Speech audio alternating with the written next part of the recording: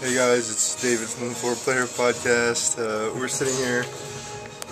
Kaori is playing some Final Fantasy 13. And I'm sitting here having some One Piece snacks.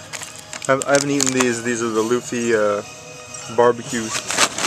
But I did have some of the Sanji ones. Which are this one too.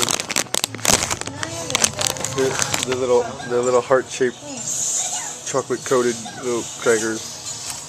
Like that. For Sanji. And to wash it all down, Final Fantasy 13. I need elixer.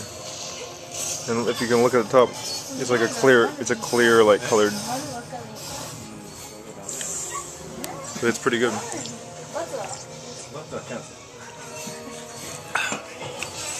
I'm probably gonna play some Galleon Chronicles later. Oh, alright. Fun.